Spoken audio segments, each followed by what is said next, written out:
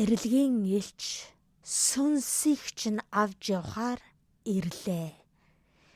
Ингээд Halloween-ий спешиал дугаартаа тавтай морил.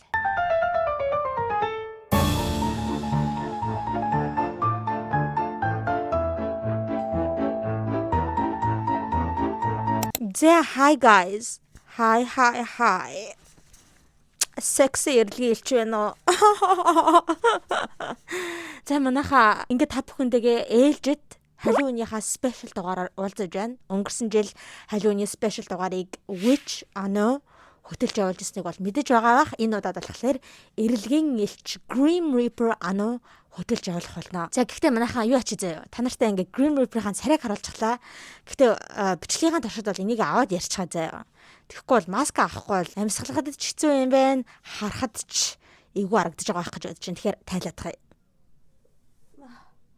Тэгэхээр манайхаа өнөөдөр та бүхэндээ Halloween-ийнхаа спешиал дугаараар уулзж байгаадаа маш их баяртай байна. За энэ удаад болохоор би Celebrity Ghost Stories биш, арай жоохон өөр нэг сонирхолтой аимшигын зүйлийн тухай ярьж өгье гэж бодлоо. Тэр нь юу вэ гэхээр та бид бүгдийн маш сайн мэдэх The Exorcist гэдэг дээр үеийн кино байдаг те. Энэ киног бол бүр ингээд хийгдэж байсан хамгийн аимшигтай, хамгийн чөтгөрлөг, хамгийн эвгүй кино гэж яригддаг. Тэгээд энэ кино ч айгүй тийм сонирхолтой бас манайхаа маш сонирхолтой заяа.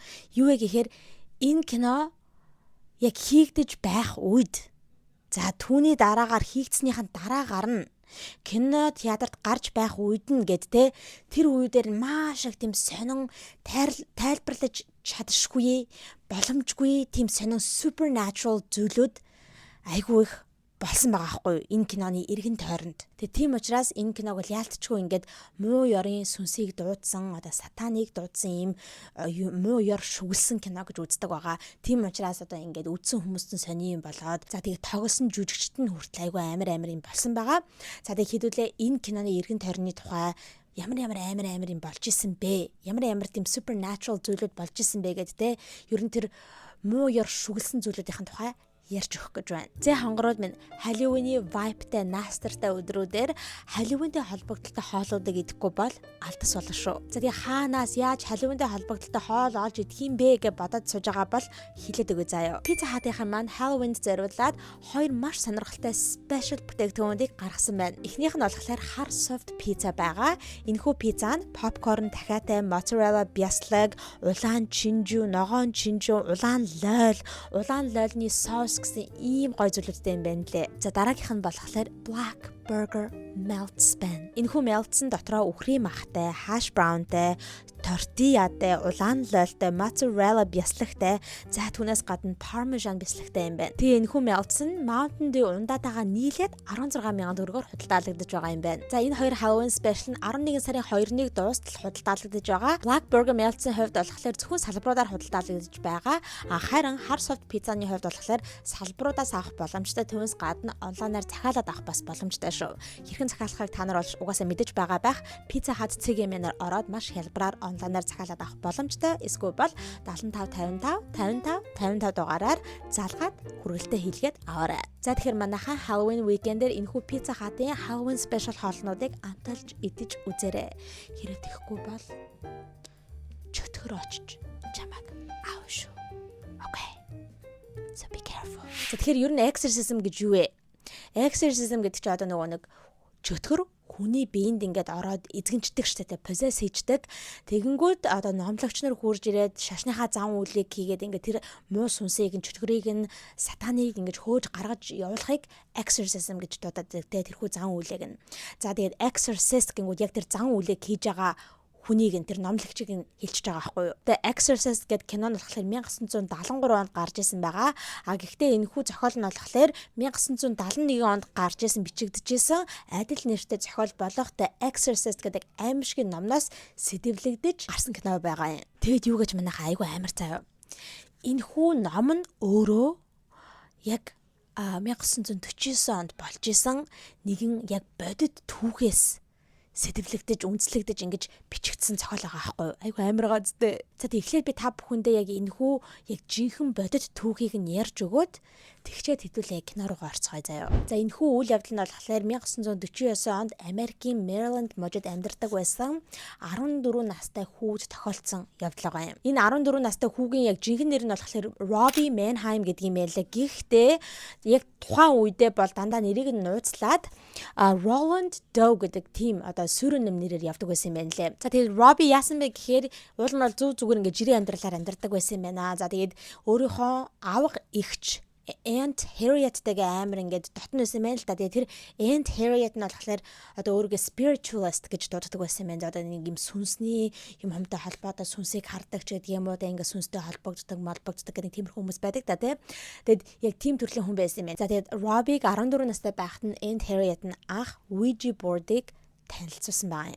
Ouija board гэдэг та нар бас сайн мэдэх байх та кинонд аягүйх гардаг. Ялангуяа энэхүү The Exorcist гэдэг кинонд ч гэсэн гардаг штэ нэг сүнстэй холбогдох тийм юм байдаг штэ ингээл үсэг мүсгтэй те ингээл юм хөдөлгөөд л.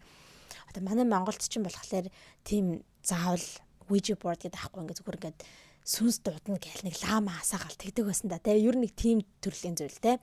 За тэгээд Robbie-г 14 настайгаас эхлээл аавгачтайг нийлээд л тэр Ouija board-оор тоглож моголж эхэлсэн байгаа хгүй. Тэгээ ер нь бол Ouija board-оор бол оролдоод хэрэггүй гэж ярьдаг. Яг Ouija board-оор оролдож эхэлсэн л бол те.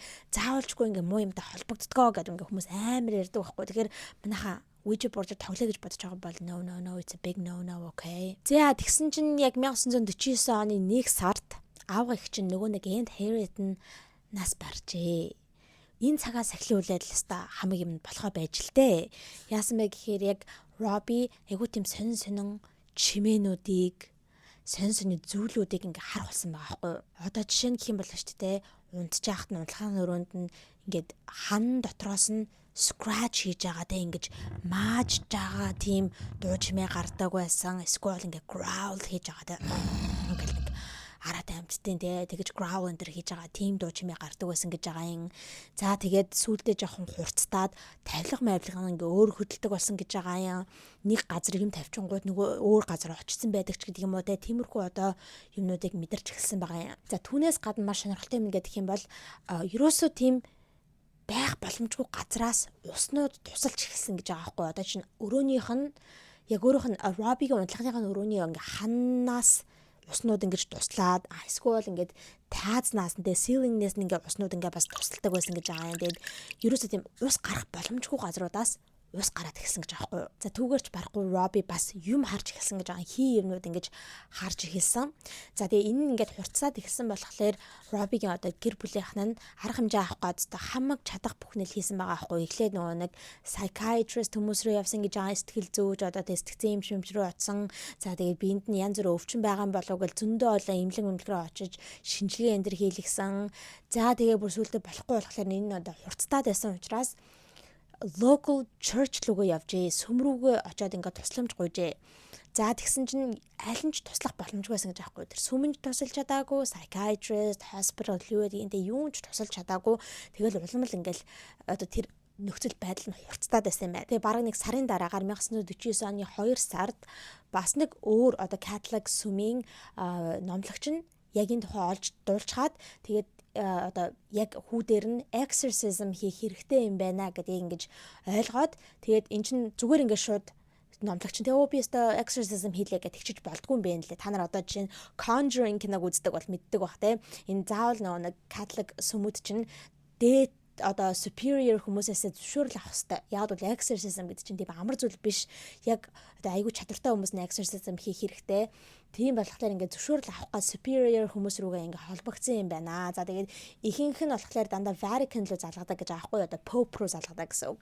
За тэгээд ингээд superior руу залгаад асуусан чинь зөвшөөрлөгийг өгсөн гэж байгаа аахгүй. За ингээд болно. Exorcism хий гэдэг тэр номлогч зөвшөөрлөгийг өгсөн юм байна. За тэгээд нөгөө нэг номлогч чинь exorcism хийх гээд гэрт нь очижээ. Гэрт нь очиод хүүг ингээд яг оронд нь бүр ингээд тэр чигт нь ингээд хүлсэн байгаа хгүй. Дөрөв мөчийг нь ингээд хүлээд тэгээд exorcism хийгээд эхэлсэн чинь тун удалгүй нэг харсан чинь нөгөө хүү чинь дөрөв мөч нь ингээд хүлэгдсэн байсан нөгөө хүүхэд чинь сул олчихсан байсан.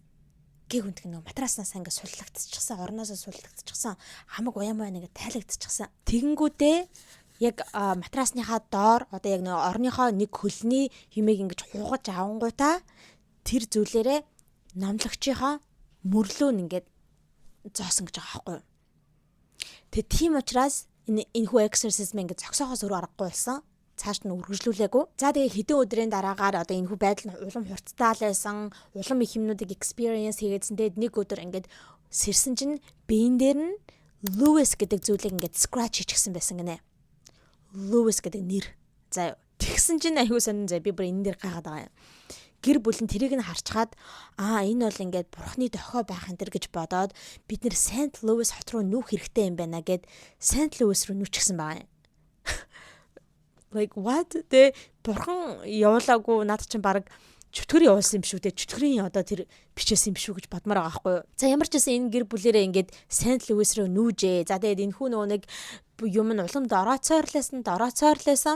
За тэгээд нэлийн удасны дараагаар нэлийн олон сар болсны дараагаар ашгүй Saint Louis дэх бас нэг өөр сүмийн номлогч дахиж exorcism-ыг хийгээд зөндөө олон удаа ингээд ер нь exorcism хийсэн гинэ. Ганц удаагийн ч тохиолдол биш. 2-3 оролдлогууд байсан. Тэгээд ер нь айгүй ингээд exorcism-ийн үеэр айгүй тийм одоо хурц зүйлүүд болоодсан болохоор ингээд зогсоохоос өөр аргагүй болоодсан юм байна лээ. Тэгээд одоо жишээ нь гэх юм бол exorcism-ийн үеэр нь тэр одоо хүүгийн биен дээр нь hell буюу там гэдэг үг ингээд өөрөө гарч ирдэг байсан гэж байгаа юм. Эсвэл evil гэдэг үг бас өөрөө гарч ирдэг байсан гэж байгаа юм. Одоо чөтгөр гэдэг үг те. Тэгээ иймэрхүү юмуд ингээд зүгээр биен дээр нь appear хийгээд байсан гэж аахгүй юу. Та нар Conjuring гэдэг киног бас үзчихсэн бол мэдэх бах те. Яг тиймэрхүү одоо хэсгүүд байдаг штэ те. Яг тийм юм болж исэн гинэ. За тэгээд 2-3 одоо оролдлогын дараагаар яг нэг оролдлого нь амжилттай болсон гэж байгаа аахгүй юу. Тэр нь бүр амар тийм цаг магтаага заяа. Та нарт одоо яг цагийг нь хэлж өгье. 4 сарын 18-ны 10 цаг 45 минутанд амжилттай exorcism хийж чадсан байгаа юм. Яг тэр номлогч нь exorcism-ыг явуулж исэн номлогч нь Saint Michael гэд одоо Библиэлд дурддагдаг Angel of Justice энэ гэж яригддаг. Одоо бурхан гэх юм уу? Бурхан ч гэхгүй бурханы одоо туслагч гэх юм уу те. Тийм одоо дүрийг одоо Saint Michael-ыг дуудаад сатаныг энэ хүүгийн биенээс ингэж expel хийж гаргаж өгөөч гэж тусламж одоо тэгж spiritual хүссэн юм шүү байгаа юм. Тэгээд тэр нь амжилттай болоод Saint Michael хурж ирээд биенээс нь тэр сатаныг хөөж гаргаж явуулсан гэж итгэдэг юм байна лээ. Тэг ямар ч гэсэн яг 10 цаг 45 минутанд энэ нь амжилттай болоод ингээд тэр хүүгийн биенээс чөтгөр нь гарч явсан байгаа юм. Тэгэд хамгийн сонирхолтой нь гэдэг юм бол энэ өдрийн дараагаар тэр хүүхэд бол зүгээр болчихсон гэж байгаа байхгүй юу. Урд нь experience хийдэг байсан, нөгөө нэг сонин дуу жимээг сонсдог байсан, юм хумхи юм хардаг байсан гэдэр гэлтэй. Тэгэл айгуу сони биен дээр нь scratch-нууд гардаг байсан гэдэр гэл тэр бүх тоол нь зүгээр алгуулсан гэж байгаа байхгүй юу. Тэгээ хүмүүс яг тухайн үед болохоор ингээл хүмүүс чинь skeptical байж тээ. Яг ингээл энэ тухайн ингээл сонин мэн дээр бичигдчихсэн гинэ. Тэгэл тэр үед ингээл хүмүүс шууд итгэчихгүй тээ. Ингээл өө яна чөтгөр бие зөндүүлчихсэн байна ингээл хүмүүс ер нь тийм юмд итгэдэг хүн хэр олон байдаг үлээ, итгэдэггүй нь хэр олон байдаг үлээ тээ. Тийм учраас хүмүүс итгэхгүй заа над хүүч чинь одоо сэтгцэн өвчтэй л ах та, тийм өвчтэй л ах та энэ төр гэ тэгээд өгсөн юм байна. Гэхдээ хэрүү тийм байж болох ч арайч тэгж те хуруугаа ингэж байгаа юм шиг коноп дарж байгаа юм шиг гиг үнхэн зүгээр болно гэж бол байхгүй шүү дээ. Хэрвээ сэтгцэн өвчтэй эсвэл янз бүрийн өөр өвчтэй байсан бол те өөр кондишнтэй байсан бол арайч тэгж хурдан зүгээр болно гэж байхгүй. Яг 10 цаг 45 минутанд те. Тэгсэн чинь энэ хүүхэд яг ингээл 10 цаг 45 минутанд тэр Saint Michael-ыг дуудаж ингэж spiritually ингэж тусламж гуйсан өдрөөс хойш ингэ зүгээр болсон гэж байгаа байхгүй. Сонирмаа зү. За тэгээд энэ хүү болохоор ер нь ингээд 3-4 сарын хугацаанд ингэж одоо possess хийлгүүлсэн маахгүй чөтгөрөөр. Тэгээ тэр хугацааныхаа possess хийлгсэн үеийнхаа зүйлийг нэг сандаггүй гэсэн. Нэг тийм амар их memory байдаггүй, дурсамж байдаггүй. Бараг тэр өдрүүдээ тэр сар 3-4 сар юу болсныг бараг мэддэггүй гэж ярьдаг юм байна лээ. Тэгээд ямар ч байсан үүний дараагаар зүгээр нормал амьдралаар амьдраад тэгээд жам 9 ороо нас орсон юм байна лээ. За тэгэхээр энэ бодит түүхэн дээр сэдэвлээд энэ хүү кино болон ном нь гарсан байгаа юм аа. За гэхдээ та нар бол мэдэх байхтай Exorcist киног үзчихсэн бол 14 настай эрэгтэй хүүхэд биш 12 настай охины possession-ыг харуулдаг штэ. 12 настай Reagan гэдэг охинтой яг ингээд possessed болоод чөтгөрөөр ингэж одоо эзэмдүүлээд тэгээд ээж нь бүр ингээд зөндөө 2-3 пристүүдээс номлогчудаас ингээд тусламж гуйгаад өстө бөө юм болж иж те тэгээд нэг охиноо тэр одоо чөтгөрөөс нь авардаг байгаа. За 1973 онд юм чинь угаасаа ойлгомжтой те. Одоо үеийнх шиг 2025 оных шиг хаасаагүй кино театрууд байгаад байдаг нь бол угаасаа ойлгомжтой айлч улсад те. Тэгээ одоо үеийнхээ харьцуулахад тиймэрхүү цөөхөн кино театрууд байсан ч гэсэндээ тухайн үеийн тэр кино театрууд нь бүгдээрээ энэ киног гаргадаггүй байсан гэж аахгүй. Анх ингээд премьер хийхэд нь гаргахыг зөвшөөрөөгүй хийх кино театрууд. Зөвхөн яг тийм select кино театруудад л гаргаж ирсэн гэж аахгүй. Ингээд цөөхөн хитгэн кино театрууд гаргадаг байсан. Яагаад вэ гэх юм бол хүмүүс одоо энэ ямар утгатай, ямар учиртай кино вэ гэдгийг ингээд сонсцоод нөө манайх кино театруудаа гарахгүй гэд бүр ингээд зөвшөөрдөг байсан гэж аахгүй. Тэгээ Америк ч угаасаа Christian улс шүү дээ, тэ ингээд христэн шашинтай улс. Тийм учраас иймэрхүү сатаны юмыг, чөтгөрийн юмыг харуулнаа. Ингээд телевизээр ингээд зурагтаар дэлгэцээр харуулнаа гэдэг нь бол угаасаа болохгүй зүйлээсэн. Тийм учраас айгүй олон кино театрууд бол ингээд манайх үзүүлэхгүй гэдэг байсан юм байлээ. Тийм учраас хүмүүс энэ киног үзхийн тулд дэжтэй те бүр ингээд Америкийн нэг хотоос нөгөө хот руу өөрийнх нь хотын кино театруудад гарахгүй байвал бүр өөр хот руу ингээд бүр ингээд хідэн цаг машинаа барьж агаад ингээд те бүр очрлж агаад үздэг байсан гэж аахгүй те бүр ингээд кино театрынхаа уртал нь ингээд амар олон цаг очролдог заяа. Тэгэж ингээд үздэг байсан байна. Хүмүүс амар олон цаг очролж агаад явж араад үзсэн чинь oh my god it was a disaster. Амарын болдог байсан байлээ. Тэр кино театр дотор нь заяа үзүүрийнхэн туршид хүмүүс тэр үзэж байгаа юмаа хараад бүр ингээд цочирдоод би ингээд саатаж матдаг гэсэн. Тэгээ бүр ингээд үзүр болгон дээр дор хайжтай 10 хүн ингээд pass out хийдэг гэж аахгүй, faint хийдэг. Тэгээ бөөлждөг. Тийм учраас бүр ингээд дандаа хүмүүс бөөлждөг учраас бүр сүлдээ ийм кино театруудад яг энэ киноны туршид ингээд barf bag өгдөг байсан гинэ. Бөөлжих одоо онгоцонд өгж байгаа юм шиг тийм бөөлждөг, тийм уут мууд ингэж тарааж өгдөг байсан гин. За тэгээд энэ киноныхын үзүрийнх нь туршид яг paramedics-ууд те ингээд яалтаа тусламжийнхан ингээд хүлээгээ зогсож идэг гэсэн гэнэ ингээд ягаад бол дандаа хүмүүс ингээд ухаан алдаж малддаг учраас ингээд яалтаа тусламж үзүүлгээд paramedics шууд ингээд кино театр дээр нь байж идэг бэлэн байж идэг байсан гэж байгаа юм. За тэгээд нэг эмэгтэй энэ киног үзэж байхдаа үзүүрийнхаа үед гэг өнтгөн фейнт хийгээд ухаан алдаад тэгээд унахтаа өөрийнхөө нүрээрээ унсан юм байна. Тэгээд өөрийнхөө жог буюу одоо эрүүгээ ингээд мултлаад брейк хийчихсэн гэж аахгүй. Тэгээд тийм амар одоо хурц гэмтэл авсан гэд Warner Brothers-ыг шүүхэд өгсөн юм байна лээ. Яагаад одоо энэ хүү Warner Brothers-ийн кино хийсэн байхгүй. Тэгээд энэ кино хийсэн хүмүүсийг шүүхтэж байгаа. Яагаад вэ гэхээр танай кинонд чинь янз бүрийн нэг тийм муу одоо сүнстэй янз бүрийн шүглсэн муу ёрын зүйл байсан. Тэр чинь намайг ингээд одоо ухаан алдахад хүрхсэн. Би ингээд баг under the spell байсан те. Тэгээд намайг ухаан алдахад хүрхсэн. Тэгээд би ингээд өөрийнхөө эрүүг хуглаад ийм амар гэмтэл авсан. Тэгээд мөнгө гэж одоо шаардсан юм байна лээ. Тэгээд Warner Brothers кинонд ямар нэгэн тийм bad PR авах үгсэйг учраас ингээд юу яасан гэсэн тохиролцоонд хүрсэн гэж хэлээ. За бас нэг сонирхолтой юм гэдэг юм бол яаштай манайхаа Ромд, Италийн Ром хотод яг энэ хүү кинон премьер хийх гэж анх удаага ингээ премьер хийх гэж байж. За тэгсэн чинь энэ яг тэр кино театр нь болохоор яг хоёр сүмийн дунд байдаг гэж байгаа хгүй ингээ sandwiched between two churches заяа. За тэгсэн чинь яг тэр премьер хийх өдөр нь гих өнтгөн амар ингээл юу асан гинэ storm. Гих өнтгөн амар хар үлмэд гарч ирсэн та амар ингээл бороо орч гисэн гэж байгаа хгүй. Хаянга цахилгаан дуграал те. Тэгсэн чинь нэг аянга цогсон чинь яг тэр аянга нь нэг сүмнийхэн дээр нь буугаад тэр аянга нь одоо яг тэр нөө сүмийн дээр ингээд загалмаанууд үйж идэг штэ ингээд кросснууд байж идэг те. Тэр кросн дээр нь яг ингээд аянга нь буугаад тэр 400 жилийн түүхтэй тэр ancient cross нь яг дундуура ингээд хуваагдаад тэр хуваагдсан загалмаа нь ингээд юу руу унсан гэж аахгүй нөгөө кино театр руу чаа унаад яг дээр нь ингээд унтсан гэж байгаа хгүй. Та нар тийг бодоод үзтээ. Айгу амар биш ээ нөө. Яг тэр кино гарах өдөр нь те тийм юм болж идэг. Яг сүмэн дээр тэ бүр ингээд нэг юм хэлэх гээд байгаа юм шиг. За хүмүүс болохоор ингэж боддгийм байх лээ. Энэ киног бүр ингээд чөтгөрийн хүслээр хийгдсэн кино. Чөтгөр яг сатан ийм зүйлийг ингээд яг энэ киног хийлгэхийг айгүй хүсэж исэн байх те. Тийм учраас яагаад гэх юм бол энэ киног ингэж гаргаад кино театруудад үзүүлээ цаашлаад тэгэл зурагт мурагтаар гарангууд зөндөө олон хүмүүс үзнэ. Тэгээ тэр үзэж байгаа хүмүүст нь одоо тэр одоо муу ёрынхан сүнс нь очино. Сатаных нь одоо тэр муу ёрын юм нь очино гэж одоо боддгийм байна лээ. Тийм учраас одоо ингээд сатаны хүслээр хийгдсэн кино гэж айгүй олон хүмүүс итгэдэг юм байна лээ. За одоо хэдүүлээ манайхаа энэ киног яг бүтээж байх үед зураг авалт хийгдэж байх үед гэдтэй за тэгээ зураг авалтын дараагаар гээд яг киноны жүжигчдэд киноны арын албаныханд тохиолдсон айгүй сонин эвгүй зүйлүүдийг яриа заяа. Тэгээ энэ кинонд бүр 9 үхэлтэй холбоотой гэж боддоо. Яг энэ киног хийгдэж байх үед болон кино хийгдэж дуусны дараа эргэн тойронд нь 9 хүмүүс өгсөн. Амар биш нэ. Говийн зэрэглээ илүү те нэг кино Монгол кино байдаг шүү дээ те. Тэгээ тэрэн дээр нэг тийм яриа байгаад байдаг шүү дээ цуваараа. Тэр кинонд оролцсон бүх ингээд хүмүүс жоохон одоо сонь зүйлүүд ингээд нэг нэгээр нас барсаар агаад ингээд одоо дууссан энэ төр ярьдаг. Зураг авалтынхаа багаар говь зураг авалт хийж явж агаад говийн ганц гэрт ороод ингээд юм нэг хоол хүүтэн хоол идсэн гэдээ яриад байдаг шүү дээ. Тэр ч мөн баха те. Яг тэрнтэй адилхан зүйл болсон байхгүй энэ хүү Exorcist гэдэг киноны одоо албаныханд. За эхний маш сонирхолтой эвгүй зүйл юу вэ гэдэг юм бол яг энэ киногоо хийх гээд одоо сетэ бэлдээд байж ижээ. Сетэ бэлдэн гэхээр одоо яг киноны зураг авалт болох гэж байгаа. Яг тэрхүү байшин энэ тэрэ ингээл build хийгээл барайл байж исэн байна л да. За тэгээд бүх одоо юма бэлтчихсэн гинэ. Яг энэ киноны зураг авалт болох яг тэрхүү байшингаа ингэж бариад та бүх юм ян там болоод та за хаста бүх юм бэлэн боллоо.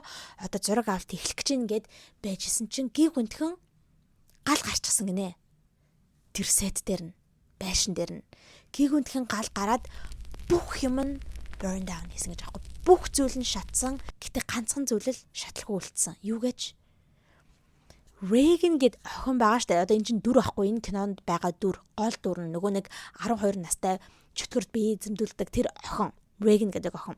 Тэр Reagan гэдэг одоо дүрийн унтлагынх нь өрөө нь зөв зүгээр үлдсэн гэж байгаа хгүй. Тэр гал гараад бүх зүйл нь ингээд шатсан мөртлөө ганцхан тэр өрөө ингээд зөв зүгээр бүр untouched гэсэн. Ямар ч тийм юм болоогүй ингээд зөв зүгээр үлдсэн. Тэгээд тэр нь айгүй сонирхолтой гэж аахгүй ингээд Reagan-ы өрөө нь болохоор ингээд зүүн тишээгээ байдаг юм гинэ. Зүүн талдаа тэг ганцхан одоо Reagan-ы өрөө л үлдчихсэн. Тэгсэн мөртлөө яг Reagan-ы өрөөнийх нь эргэн тойрны өөр өрөөнүүд нь ч юм уу те өөр сетнийхэн зүйлүүд нь бүгд ингээд шатчихсан. Тэгэд найруулагч нь ярьжсэн энэ киноны найруулагч нь би ингээд 35 жил ингээд кинон дээр ажиллахдаа киног одоо ингээд create хийхдээ хизээч ийм зүйл харж байгаагүй. Сетэн дээр киноны сетэн дээр ингэж гал гараад бүх юм ингэ шатах зүйлийг би амьдралдаа одоо энэ карьертаа харсангүй. Үнэхээр сонирхолтой зүйлээсэн гэж хэлжсэн. За тэг хамгийн эвгүй нь гэдэг юм бол манайхаа ингээд ийм гал гарахад fire department хурж ирээд гал командынхан хурж ирээд inspector хүмүүс чинь ингээд хаанаас гал нь эхлэлтэй байсан бэ гэдгийг ингэж олж илрүүлдэг штэ тэ. За энэ цахилгааны утаснаас болсон байна. Үлдээч гэсэн лагнаас болсон байна гэдэг юм ингээд их усрыг нь олдог тэ шалтгааныг нь олдог. Энэ галны хувьд болохоор ингээд шалгагч нь шалгаад хариуг нь олж чадаагүй байхгүй юу? Хаанаас гал эхлэлтэй байсан бэ? Arson байсан уу? Хүн санаатаагаар гал тавьсан байсан уу? Цахилгааны уудас байсан уу? Юу байсан гэдэг те. Ямар ч тийм юмыг нь олж чадаагүй. Тэгэд inconclusive гэж гарсан юм байна лээ. Тэгээд энэ гал гарснаас болоод кино албаных нь айгаад тэгээд номлогч дуудаж яг тэрхүү сетэн дээр exorcism хийлгээ. Үнэнгээсээ exorcism хийлгэж одоо энэ чөтгөрийг сүнсийг муу сүнсийг зайлуулж явуулаа гэж одоо тийм юм хийхийг заавцсан юм байна лээ. Тэгээд энэ кинонд яг нэг амьдрал дээр яг жинхэнэ номлогч хүн Thomas Birmingham гэдэг одоо энэ хүн номлогч яг энэ киноны арын албанд нь ажиллаж исэн юм байна лээ. Энэ кинонд ингээ оролцоод явж исэн гэсэн үг зөвлөгчөөр ажиллаж исэн. Түүнээс гадна бас энэ кинонд тоглодог заяа яг номлогчийн дүрээр тоглодог. Гэхдээ маш тийм жижигхэн дүр байсан. Одоо туслах дүр гэх юм уу те. Тэгээд тэр одоо номлогчоосоо ингээд гуйсан гэж аахгүй та ингээд exorcism хийгээд өгөөч ингээд энэ зураг авалт эхлэхээс өмнө яг энэ сэдэн дээр ингээд exorcism хийгээд өгөөч гэсэн чинь энэ номлогч нь болохоор за наадах ч юм бол арай хитэрнэ те ийм зүйл дээр одоо ингэж exorcism хийгээд ээж болохгүй. Гэтэ би яг зөвөр юу яагаад үгүй киноны зураг авалт эхлэхээс өмнө бүх киноны жүжигчид арын албаныхныг бүгдээр ингээд bless хийгээд өгөө. Ингээ ажиллаад өгөө гэж хэлсэн юм байна лээ. Тэгээ ажиллал хийсэн. Гэхдээ бол тэгэж exorcism бол хийгээгүй юм байна лээ. За тэгээ дахиад шин сет барих шаардлагатай болсон. Тэгээд 6-7 хоногийн туршиж шин сетээ бариад арай гэж нэг юм бэлэн болоод тэгээд за одоо л өстой жинхэнэ нөгөө нэг зураг авалтаа эхлэе даа гэд.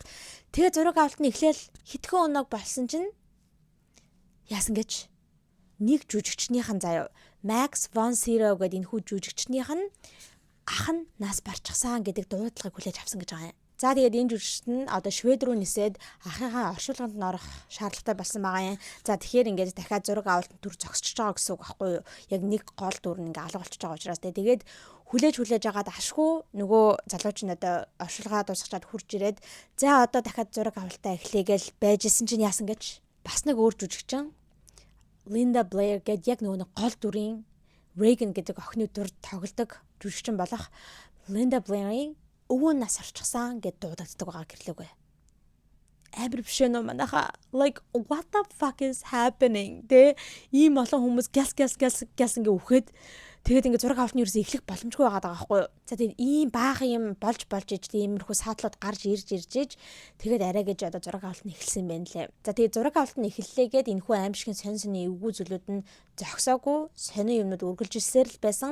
Одоо жишээ нь гэх юм бол нэг өдөр кино зураг авалтынхаа маань яг сетэн дээр хурж ирээл зураг авалтаа эхлэхэд өглөө яваад очисон чинь сетэн дотор нь тэр чигтээ амар их цас орсон байсан гинэ.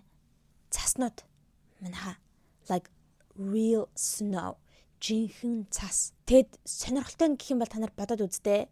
За яг хөө тэр сетэн ингээ онгорхой байсан бол бас нэг өөр хэрэгтэй. Дээвэр мэвргүй ингээ онгорхой газар байсан бол ингээ за цас орсон байна гэж бодгосон те. Гэтэл үгүй. Энэхүү сет нь одоо хаус байгаа штэ ийм байшин барьчихсан. Тэгэд угаасаа тэр сет одоо хийсэн газар нь гэсэн дотор талд байдаг. Дотор байдаг ийм сет байгаа байхгүй юу? Тийм байхад яаж цаас орсон байх боломжтой байх вэ? Тэгэд бүр ингээ хүмүүс гайхсан гэж аахгүй бүр ингээ нэл тэр чигтээ ингээ цаас орчихсан. Тэгэд яг уул нь юу яасан юм бэ нэлээ. Нөө нэг та нар Exorcist гэдэг яг энэхүү киног нь үзчихсэн бол нэг син дээр гардаг штэ. Reagan гэдэг охин чинь possess хийгдчихсэн байх үед нэг удаа ингээ унтлахынхаа нөрөөлөө яваад орсон чинь амар хүтэн болчихсон байдаг. Тэгээд нэг хүмүүс ингээ ярангууд амнаас нь уур гардаг штэ тэ. Тэгээд тэрийг яг жинхэнэ болгож харагдуулах гад уул нь угаасаа тэр сетнийхаа өрөөнийхөө температурыг бүр AC-г амар доошоо болгосон гинэ. Бүр ингээ нэлийн доошоо болгосон гинэ. Яг ингээ үнэхээр яг амнаас нь гарч байгаа уурыг нь харуулах гад. За тэхийн хувьд бол тэгсэн. Тэглээгээд дотор байгаа барилга дотор яг жинхнээсээ цас үүсчихсэн байна гэдэг нь бол боломжгүй зүйл гэж тайлбарлаж байгаа юм байна лээ. Зураг авалтын багийнх нь яг тэр өдөр зураг авалтаа хийж дуусчаад AC-гээ буцаж дээшлүүлээгүй яг тэр доод температураар нь тавиад мартаад явчихсан байсан ч гэж одоо бодож болгосон дээ. Гэхдээ за яг хөө ингээд юм мөсчихсэн байх бас боломж байх юм те. Гэхдээ цас үүссэн байх боломжгүй гэж ярьж байгаа. Тийм учраас тэрийг хараад одоо энэ зураг авалтынхан cast members-ууд ингээд бүгдээрээс та бүр амар freaked out болсон гэж хэлээ. Үнэхээр амар айсан гэж хэлжсэн. За дараагийн айгүй зүйл юу вэ гэх юм бол Reagan-ийн ээжийнхэн дүрж тоглодог Ellen Burstyn гэдэг жүжигчин эмэгтэй яг тийм scene байсан гэж байгаа байхгүй юу. Ингээд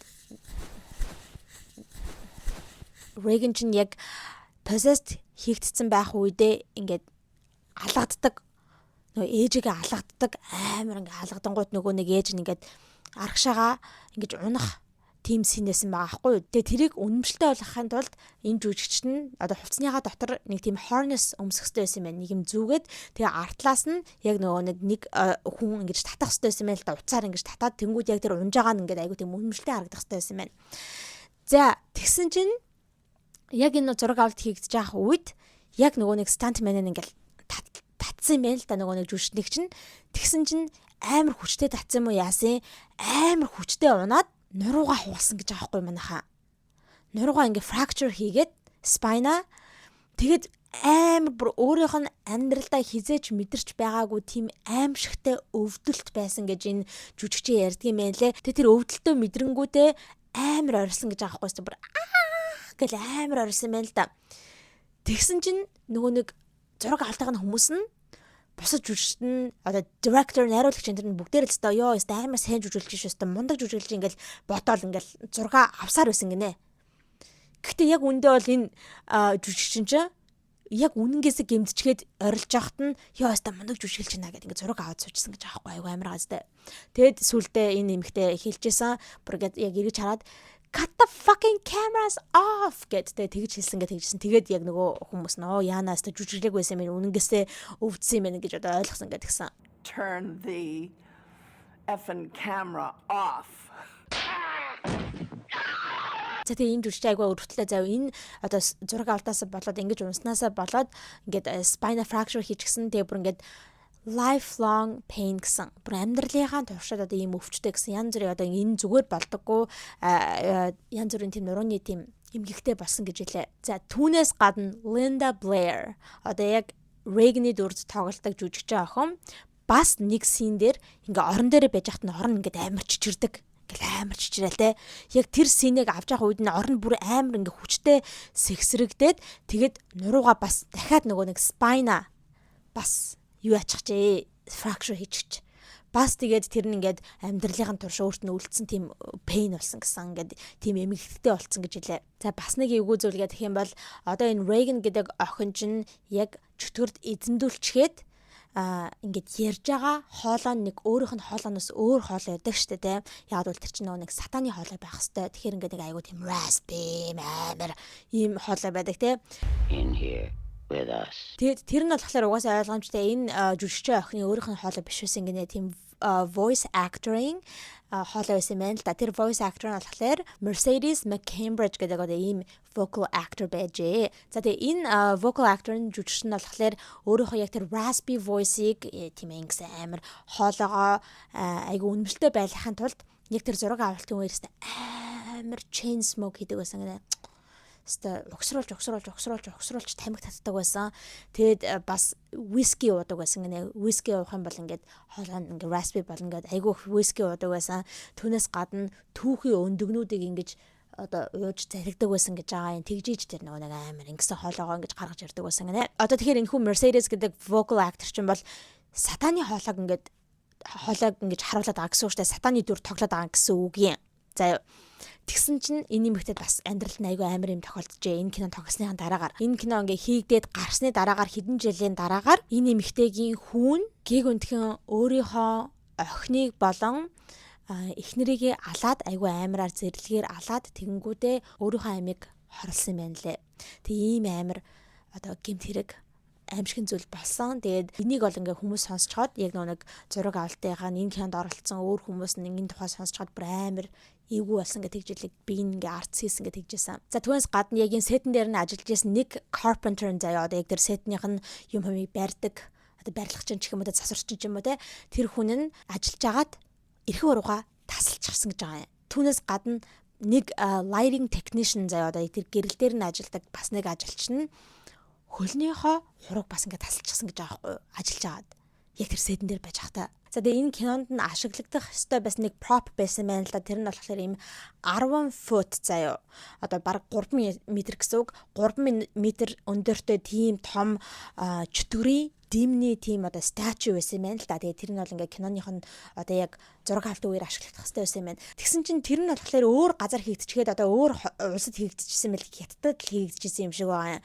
Тэгээ тэр нь хятадд хийгдчихэд зураг авалт болж исэн газар болох Ирак руу ингээд тээвэрлж исэн юм байна. Тэр үед нь яг Хонконгод л явж явах үед нь юм байна л да. Алга болчихсон гэж байгаа байхгүй. Гиг үнтгийн ингээд алга болчихсон. Гэтэ та бодож үзтээ тийм том одоо стату яаж алга болох вэ те 3 м-тэй тийм одоо том prop яаж алга болох вэ? Гиг үнтгээ алга болчихсон. Тэг хүмүүс ерөөс тэрийг тайлбарлаж чаддгүй гэж аахгүй. Яагаад алга болсон ингээд аюу сонирхолтой. Тэгээд нэр энэ кино ч юм болохоор уул нь бол Америкт Washington яг зураг авалт нь хийгдсэн. Гэхдээ хамгийн эхнийх нь хэсэг нь болохоор Иракт хийгдсэн юм байна лээ. Ягаад гэвэл яг тэр нэг ancient тийм одоо зүйлийг харуулах хэрэгтэй байсан учраас opening хэсэг нь болохоор яг Иракт зураг авалт нь хийгдсэн байна лээ. Би тэгээ түрүү хэлсэн шүү дээ. Энэ хүү киноны эргэн тойрон ингээ бараг 9 өвхөл байдаг гэд. Тэгээ би түрүүн бол ингээ бас нэлийн хэдэн өвхлүүдийг хэллээ те. Түүнээс гадна бас нэлийн хэдэн өвхөл байгаа заяа. Ямар хүмүүс өгсөн бэ гэхээр set technician заяа. Яг тэр set дээр нь ажиллаж байсан technician хүн нь бас гинтхүү өгчихсэн гэж байгаа юм. За тэгээд night watchman буюу одоо тэр шүн яг тэр сетийг ингэж хараад сууждаг ус одоо харуулна гэх юм уу те. Тэр харуулна асуурчихсан гэж байгаа юм. За түүнээс гадна assistant cameraman одоо туслах зураглаачийн нь шинээр төрсөн хүүхэд нь ялах хүүхэд нь өгчихсэн гэж байгаа юм. За тэгээ бас айгүй амар заяа яг хоёр жүжигч нь нас урсан байгаа хгүй энэ киног зураг авалт хийгээд дуусны дараагаар Jack McGowan гэд жүжигчин байгаа. Энэ жүжигчин болохоор киноны найруулагч Burke Dennings гэдэг одоо тим дүрд тоглосон байгаа хгүй. Тэгээ энэ жүжигчин Jack яг кино зураг авалт хийж дуусаад кино нь одоо театрт гарч амжиачгүй байхад ингэ нас уршсан байгаа хгүй. За тэгээд түүнээс гадна Vasiliki Maliaros гэд энэ эмэгтэй жүжигчин бас нас барчихсан юм байна лээ. Энэ эмэгтэй нь болохоор номлогч Crisis гэд тэрхүү дүрийн ээж нь болж тоглодог байхгүй юу. Тэгээ энэ эмэгтэй бас яг түрүүний хэлсэн жүжигчтэй адилхан яг зураг авалт дуусаад кино театрт гарч амжаагүй байхад ингэ нас орчихсан байгаа байхгүй юу.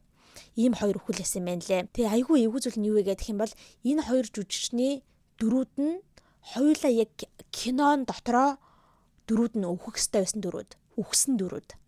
Тэгсэн чинь ингээд бас жинхэнэ амьдрал дээр ч гэсэндээ өгч байгаа байхгүй юу? There were 9 deaths, which is an enormous amount of deaths. За бас одоо яг энэ кинонд экстра болж тоглосон одоо айгу бүр тийм туслахын дүрд тоглосон нэг жүжигчин байсан юм байна лээ.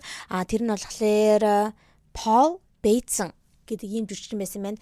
Тэр жүжигчин 1977 онд буюу одоо энэхүү кино гарснаас нэг хэдэн жилийн дараагаар movie critic одоо киноны шүүмжлэгч тийм хүнийг алсан гэдэг нь одоо баригдаад шоронд орсон юм байна лээ.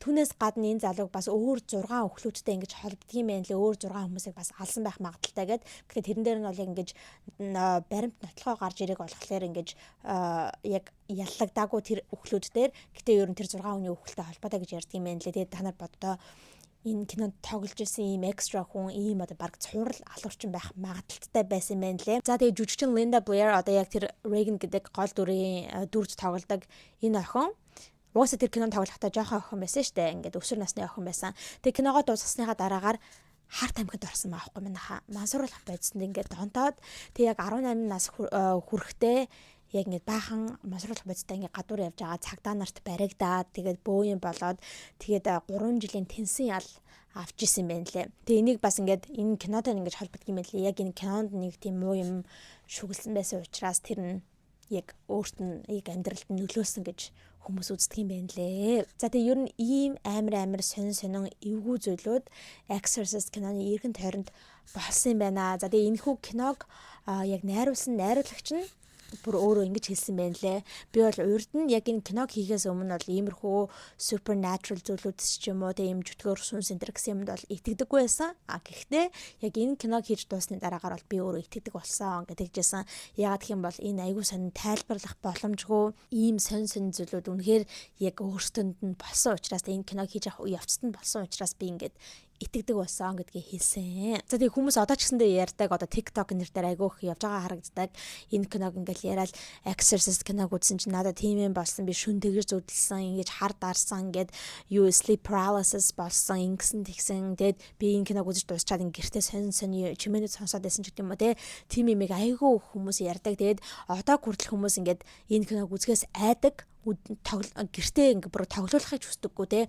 Тийм хүмүүс одоо хүртэл байдаг юм байна лээ. Тэгээ би энэ киног бол бүр жоохон бахта үзчихсэн байхгүй юу. Гэхдээ би яг нэг бүтэн үзээгүй баха. Нэг хэсгөө зарим хэсгүүд айгүй амар харагдаад би бүр тэгээд уус жоохон хөвгдсэн болохоор те ингээд үзэж чадаагүй ингээд хайжсэн. Тэгээ одоо ингээд үзье гэж бодоод ерөөсөө чаддаггүй маа ингээд цаанаасаа л бүр айгүй эвгүй санагдаад байдаг юм аа. Надад би уул нь бол аим шиг кинод айгүй дуртай. Гэтэ энэ кино л айгүй амар санагдаад ерөөсөө үзэж чаддаггүй. Тэгээд зарим клипүүдийг нь те айгүй амар клипүүдийг нь бол мэднэ. Гэхдээ яг бүтнээрээ суугаад үзэх гэхээр арай ингээд дотор нэг сонь болоод чаддаггүй.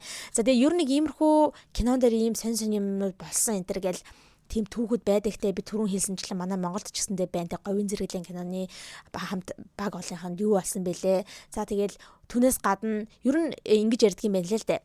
Ингээд сүнс мүнстэй иймэрхүү кинодыг хийхээр яг сүнснүүд чинь ингээ орчлон дэлхий дээр ингээ сүнснүүд хаасайгүй ингээ муу сүнснүүд энэ төр явж идэг.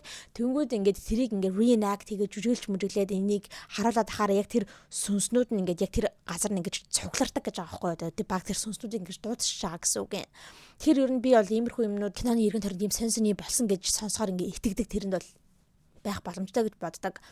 За тэгээд одоо та нар Conjuring киног мэдэх бол Conjuring киноны жүжигчид бас нэг иймэрхүү юмнууд ярьдаг штэ. Яг үнэнгээсээ ингээ сет дээр нь сонь юм болсон гэл айгүй их тиймэрхүү юмдаг ярьцлагууд дээр ярьдаг. She gets all these bruises on her. And so during the filming of those particular scenes, I started having a lot of bruises show up on my body in bizarre places, like on my stomach, on my chest. Like, what? Lorraine Warren-ы дүрж тоглож жүжигчтэй эмэгтэй ярьцлаган дээр хэлжсэн штэ. Яг нэг Conjuring 1-ийг эхний ангийг нь ингээд зураг авалт хийгээд байжсэн чинь өөрийнх нь биен дээр нь өглөө сэрсэн чинь ингээ хөлн дээр нь ч гэлөө те хөхрөлт гараад ирсэн гэсэн нэг тийм марк гараад ирсэн. Тэгээ тэрийг ингээ харсан чинь ингээд юу яцсан? Доошохоо харцсан загалмаа.